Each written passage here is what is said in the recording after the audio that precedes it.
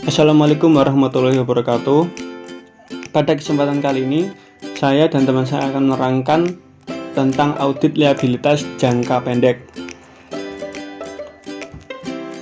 Baik, di kelompok saya ada 2 orang, yaitu saya Diki Arjava Rifan dan teman saya Yusril Anwar Siregar. Dan untuk materi yang pertama akan dijelaskan oleh Mas Yusril. Yang pertama kita akan membahas mengenai bagaimanakah sifat dan contoh liabilitas jangka pendek itu. Menurut SAK ETAP sendiri, IAI tahun 2009, liabilitas atau obligation termasuk entitas yang timbul akibat peristiwa masa lalu. Penyelesaiannya diharapkan mengakibatkan kas keluar dari sumber daya entitas yang mengandung manfaat ekonomi. Kemudian menurut PSAK, liabilitas merupakan utang perusahaan masa kini yang timbul dari peristiwa masa lalu. Penyelesaiannya diharapkan mengakibatkan arus kas keluar dari sumber daya perusahaan yang mengandung manfaat ekonomis. Lalu kemudian pengakuan liabilitas diakui dalam laporan posisi keuangan jika besar kemungkinan bahwa pengeluaran sumber daya yang mengandung manfaat ekonomis akan dilakukan untuk menyelesaikan kewajiban saat ini dan jumlah yang harus diselesaikan dapat diukur dengan andal. Lalu kemudian apa aja contoh yang termasuk dalam liabilitas jangka pendek? Yang pertama itu adalah utang usaha, kewajiban kepada pihak ketiga yang berasal dari pembelian barang atau jasa secara kredit yang harus dilunasi dalam waktu kurang atau sama dengan 1 tahun. Kemudian yang kedua yaitu pinjaman dari bank, yaitu pinjaman yang diperoleh dari bank dan didukung oleh suatu perjanjian kredit, bisa dalam bentuk kredit modal kerja atau kredit rekening koran. Lalu kemudian yang ketiga itu bagian dari kredit jangka panjang yang jatuh tempo dalam waktu kurang atau sama dengan 1 tahun. Yaitu pertanggal laporan posisi keuangan, bagian dari liabilitas jangka panjang yang jatuh tempo 1 tahun yang akan datang harus direklasifikasikan ke liabilitas jangka pendek. Lalu kemudian yaitu utang pajak, ada kewajiban pajak perusahaan yang harus dilunasi dalam periode berikutnya seperti PPh 21, PPh 25 dan PPN. Lalu contoh yang berikutnya yaitu biaya yang masih harus dibayar, yaitu biaya yang sudah terjadi dan menjadi beban periode yang diperiksa tetapi baru akan dibayar pada periode berikutnya. Untuk lebih jelasnya, contoh dari liabilitas jangka pendek yaitu yang pertama seperti voucher payable atau dalam hal digunakan voucher system. Kemudian yang kedua ada utang dividen. Kemudian ada pendapatan diterima di muka, uang muka penjualan, uang pemegang saham, uang utang leasing yang jatuh tempo 1 tahun yang akan datang, utang bunga, dan utang perusahaan afiliasi. Ada beberapa hal yang perlu kita perhatikan dalam audit kewajiban atau liabilitas jangka pendek adalah sebagai berikut ya. Yang pertama ada understatement of liabilities, yaitu kecenderungan perusahaan untuk mencatat liabilitasnya lebih rendah dari yang sebenarnya. Apa tujuan dari tindakan seperti ini? Yaitu tujuannya adalah untuk melaporkan laba lebih besar dari jumlah yang sebenarnya. Misalnya dengan tidak mencatat sebagian biaya dan pembelian barang dagangan atau bahan baku yang belum dibayar. Untuk itu auditor harus melakukan prosedur yang disebut searching of unrecorded liabilities dengan cara memeriksa pembayaran sesudah tanggal laporan posisi keuangan atau neraca. Kemudian yang kedua ada perbedaan antara account payable dan accrued expenses. Account payable angkanya lebih pasti karena perusahaan mencatat kewajibannya berdasarkan invoice yang diterima dari supplier. Accrued expenses angkanya didasarkan pada estimasi sehingga jumlahnya kurang pasti dibandingkan account payable. Lalu kemudian apakah tujuan dari audit liabilitas jangka pendek? Yaitu yang pertama, tujuan dari audit liabilitas jangka pendek yang pertama memeriksa apakah terdapat internal kontrol yang baik atas liabilitas atau utang jangka pendek. Jika internal kontrol atau prosedur audit internal atas liabilitas atau utang jangka pendek disimpulkan oleh auditor cukup baik, maka ruang lingkup pemeriksaan atas liabilitas atau utang jangka pendek dapat dipersempit. Dan sebaliknya, jika disimpulkan lemah, maka ruang lingkup pemeriksaan harus diperluas, sehingga tujuan audit bisa disesuaikan dengan kondisi agar lebih efisien. Lalu kemudian yang kedua, tujuan audit liabilitas jangka pendek adalah memeriksa utang jangka pendek di neraca laporan keuangan. Memeriksa ini apakah liabilitas atau utang jangka pendek yang tercantum di laporan posisi keuangan atau neraca didukung oleh bukti-bukti yang lengkap dan berasal dari transaksi yang betul-betul terjadi. Dan kemudian tujuan dari audit yang ketiga yaitu memeriksa pencatatan utang jangka pendek. Memeriksa apakah semua liabilitas atau utang jangka pendek perusahaan telah tercatat pada tanggal laporan posisi keuangan atau neraca. Auditor harus meyakinkan diri bahwa tidak ada unrecorded liabilities. Yang keempat, memeriksa accurate expenses. Memeriksa apakah accurate expenses jumlahnya reasonable, dalam artian tidak terlalu besar dan tidak terlalu kecil. Auditor harus memeriksa dasar perhitungan accurate expenses yang dibuat perusahaan, apakah masuk akal dan konsisten dengan tahun sebelumnya. Kemudian akan dilanjutkan oleh teman saya. Oke, menyambung penjelasan dari Mas Yusri tadi tentang tujuan audit liabilitas jangka pendek. Yang nomor 5 yaitu memeriksa kewajiban leasing atau sewa. Jika ada, utang leasing sudah dicatat sesuai dengan standar akuntansi sewa atau PSAK 30 Rev 2007 tentang sewa. Selain itu, bagian dari utang leasing yang jatuh tempo dalam waktu 1 tahun yang akan datang harus dicatat sebagai liabilitas jangka pendek.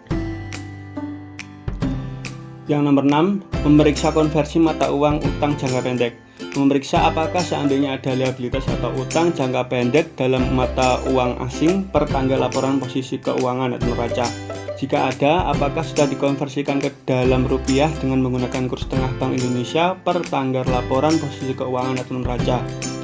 Dan selisih kurs yang terjadi sudah dibebankan pada laba rugi tahun berjalan. Yang nomor 7, memeriksa pencatatan bunga. Memeriksa apakah biaya bunga dan bunga yang terutang dari liabilitas jangka pendek telah dicatat per tanggal laporan posisi keuangan atau neraca. Yang nomor 8, memeriksa pencatatan biaya bunga, yaitu memeriksa apakah biaya bunga liabilitas atau utang jangka pendek yang tercatat pada tanggal laporan posisi keuangan neraca yaitu belum telah terjadi. Yang nomor 2, dihitung secara akurat. Dan yang nomor 3, merupakan beban perusahaan. Selanjutnya nomor 9, memeriksa perjanjian kredit, yaitu memeriksa apakah semua persyaratan dalam perjanjian kredit telah diikuti oleh perusahaan sehingga tidak terjadi bank default. Yang nomor 10 atau terakhir, memeriksa kesesuaian penyajian utang jangka pendek, yaitu memeriksa apakah penyajian liabilitas jangka pendek di dalam neraca atas laporan posisi keuangan dan catatan atas laporan keuangan sesuai dengan standar akuntansi keuangan di Indonesia. Misalnya, jika perusahaan mempunyai kredit jangka pendek dari bank atau mempunyai utang leasing atau sewa, maka dalam catatan atas laporan keuangan harus diungkapkan antara lain plafon kredit, nomor 2 jangka waktu kredit, 3 tingkat bunga, 4 jaminan kredit, 5 pengembalian kredit dan pembayaran bunga, 6 nilai tunai aset dalam rangka sewa guna, 7 jenis leasing, dan terakhir jangka waktu leasing. Selanjutnya, prosedur audit liabilitas jangka pendek. Prosedur pemeriksaan kewajiban jangka pendek. Yang nomor 1, pelajari dan evaluasi internal kontrol atas kewajiban jangka pendek. Yang nomor 2, minta rincian dari kewajiban jangka pendek, baik hutang dagang maupun kewajiban lainnya. Kemudian periksa penjumlahannya atau voting, serta cocokkan saldonya dengan saldo hutang di buku besar. Yang nomor 3, untuk hutang dagang, cocokkan saldo masing-masing supplier dengan saldo menurut subsidiary ledger hutang dagang. Yang nomor 4, secara test basis, periksa bukti pendukung dari saldo kepada beberapa supplier. Perhatikan apakah angkanya cocok dengan purchase requisition, purchase order, receiving report, dan supplier invoice. Periksa juga perhitungan matematis dari dokumen-dokumen tersebut dan otorisasi dari pejabat perusahaan yang berwenang. Yang nomor 5, seandainya terdapat monthly statement of account dari supplier, maka harus dilakukan rekonsiliasi antara saldo hutang menurut statement of akun tersebut dengan saldo subsidiary ledger hutang. Untuk selanjutnya nomor 6, pertimbangkan untuk mengirim konfirmasi kepada beberapa supplier baik yang saldonya besar maupun yang saldonya tidak berubah sejak tahun sebelumnya. Yang nomor 7, periksa pembayaran sesudah tanggal neraca atau subsequent payment untuk mengetahui apakah ada kewajiban yang belum dicatat per tanggal neraca dan untuk meyakinkan diri mengenai kewajaran saldo hutang per tanggal neraca. Yang nomor 8, seandainya ada hutang kepada bank baik dalam bentuk kredit modal kerja, kredit investasi maupun kredit overdraft, maka kirim konfirmasi ke bank. Periksa surat perjanjian kreditnya dan buatkan acceptance dari perjanjian kredit tersebut dan periksa otorisasi dari direksi untuk perolehan kredit bank tersebut. Dan nomor 9, seandainya ada hutang dari pemegang saham atau dari direksi atau dari perusahaan afiliasi yang harus dilunasi dalam waktu 1 tahun yang akan datang, harus dikirim konfirmasi. Periksa perjanjian kreditnya dan periksa apakah ada pembebanan bunga atas pinjaman tersebut. Yang nomor 10, seandainya ada hutang leasing, periksa apakah pencatatannya sudah sesuai dengan standar akuntansi sewa guna dan apakah bagian yang jatuh tempo dalam waktu 1 tahun yang akan datang sudah dicatat sebagai hutang jangka pendek. Selanjutnya nomor 11, periksa perhitungan dan pembayaran bunga. Apakah sudah dilakukan secara akurat dan tiap jumlah beban bunga tersebut dengan jumlah yang tercantum pada laporan laba rugi. Perhatikan juga aspek pajaknya.